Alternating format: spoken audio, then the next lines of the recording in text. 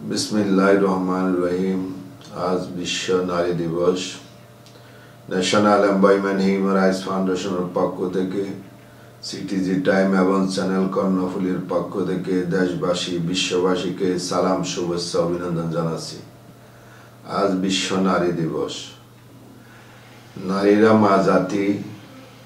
নারীদেরকে সম্মান দিয়েছেন আমাদের বিশ্বনবী হযরত মুহাম্মদ মুস্তাফা সাল্লাল্লাহু আলাইহি ওয়াসাল্লাম। আগের জমানায় নারীদেরকে জীবন্ত খবর দেওয়া হতো, এখান থেকে সম্মান দিয়ে নারীদেরকে আজ বিশ্বের সম্মানিত স্থান মা হিসাবে আমরা দেখতে পাই। নারীরা মা জাতি, তাদের সন্তান তাদেরকে মা ডাকে, আবার তাদের পায়ের নিচে সন্তানের বেহেশত। এইতে অনেক সম্মান তাদেরকে আল্লাহ রাব্বুল আলামিন, আল্লাহ রসুল দিয়েছেন। আজ বিশ্ব নারী দিবস। এই নারীরা বিভিন্ন যুদ্ধক্ষেত্রে পুরুষদেরকে সহযোগিতা করে। পারিবারিক সৌন্দর্য রক্ষার জন্য নারীদের অবদান অনেক বেশি। এই নারীরা তো সবসময় স্বামীর পাশে থাকে বিদায় এই পরিবারটা সৌন্দর্য রক্ষা পায়। তাহলে নারীরা, আমরা এখনো বিভিন্ন সামাজিকভাবে নারীদেরকে অবহেলিত, নির্যাতিত, নিপীড়ন করা হয়। অনেক ক্ষেত্রে আমরা দেখতে পাই যৌতুকের জন্য নারীদেরকে গলায় ফাঁস দিয়ে মৃত্যুবরণ করতে হয়। এই সভ্য দেশে কেন আমরা এগুলি দেখতে হবে? আমরা শিক্ষায় দীক্ষায় অনেক এখন ভালো অবস্থানে আছি। অনেক শিক্ষিত লোকও নারীদেরকে সম্মান দেয় না, নির্যাতন করে, নিপীড়ন করে, যৌতুকের জন্য করে, মনোমালিন্যের জন্য করে। তাহলে সেই সমাজ কোনোদিন সৌন্দর্য থাকে না। সৌন্দর্য রক্ষা করতে হলে নারীদেরকে পুরুষের পাশে পাশে কাজ করতে হয়। নারীরা কাজ করে বিদায় পারিবারিক যেন সৌন্দর্য রক্ষা হয়, সামাজিক সৌন্দর্য রক্ষা হয়। আল্লাহ রসুলও সেই শিক্ষাটা মানুষকে দিয়েছেন।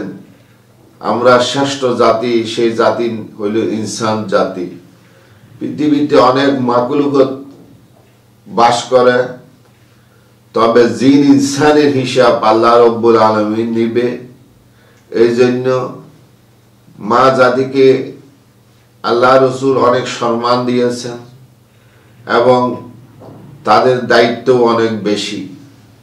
একদিকে সন্তান লালন পালন, অন্যদিকে পারিবারিক দেখাশোনা করা এবং স্বামীর খেদমত করা, অনেক অনেক কাজ তাদেরকে করতে হয়।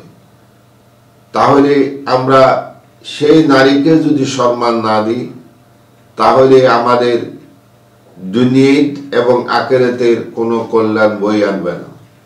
আমরা দুনিয়ার শান্তি পেতে হলে কিছুটা ছাড় দিতে হবে, সামাজিকভাবে তাদেরকে ছাড় দিতে হবে। তারা যদি তারার মনের মতো চলতে পারে, তাহলে একটি সুন্দর পরিবেশ সৃষ্টি হয়।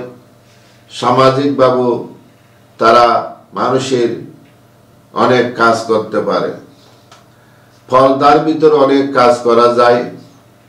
কিছু মা জাতি উলঙ্গ কারণে দর্শন বিভিন্ন শিকার হচ্ছে। প্রত্যেকটা জাতির স্বাধীন পোশাক আছে। এই স্বাধীন পোশাকগুলি পরিধান না করলে মানুষ, মাত্র তো শয়তান লেগে আছে মানুষকে ভুল পথে নিয়ে যাওয়ার জন্য। তদ্রূপ মা জাতি হইল আসল। মা থেকে আল্লাহর ওলি ফয়দাই হয়, মা থেকে নবী ফয়দাই হয়েছে, মা থেকে বড় বড় দার্শনিক ফয়দাই হয়। সেই মা হলো ভালো মা, যারা যার সন্তান আল্লাহর নবী হয়েছে, যার সন্তান ওলি হয়েছে, যার সন্তান ডাক্তার হয়েছে, যার সন্তান প্রেসিডেন্ট হয়েছে, রাষ্ট্র শাসক ভালো শাসক হয়েছে, সেই সন্তান মারই সন্তান। তাহলে মা জাতি আমাদেরকে অনেক উপহার দিচ্ছে, আমরা তাদেরকে কি দিচ্ছি? আমরা অনেক সময় পুরুষেরা মা জাতিকে নির্যাতন, নিপীড়ন, যৌতুকের কারণে অনেক অসম্মান করি, যার জন্য সেই পরিবারটা যেমন ধ্বংস হয়ে যায়, সামাজিকভাবেও সেই পরিবারটা মানুষের কাছে প্রতিপন্ন হয়ে যায়। যার জন্য আমাদেরকে উচিত হবে আজ বিশ্ব নারী দিবসে আমরা যদি সচেতন হওয়ার জন্য ন্যাশনাল এমপ্লয়মেন্ট হিউম্যান রাইটসের পক্ষ থেকে আমরা এই আহ্বানটুকু রাখতে চাই।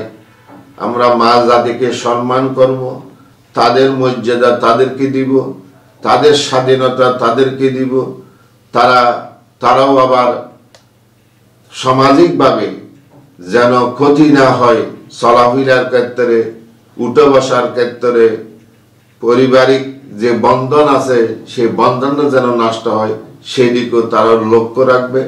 আমরা যেন একটি সুন্দর সমাজ প্রতিষ্ঠা করার জন্য ছেলে এবং মেয়ে উভয় যদি আমরা সুন্দরভাবে কাজ করি, বুঝাপড়া মাধ্যমে সামাজিকভাবে আমরা যদি কাজ করি, তাহলে একটি সুন্দর সমাজ প্রতিষ্ঠা হবে এবং মা জাতিও শান্তি পাবে এবং দেশেও শান্তি থাকবে বলে আমরা আশা প্রকাশ করি।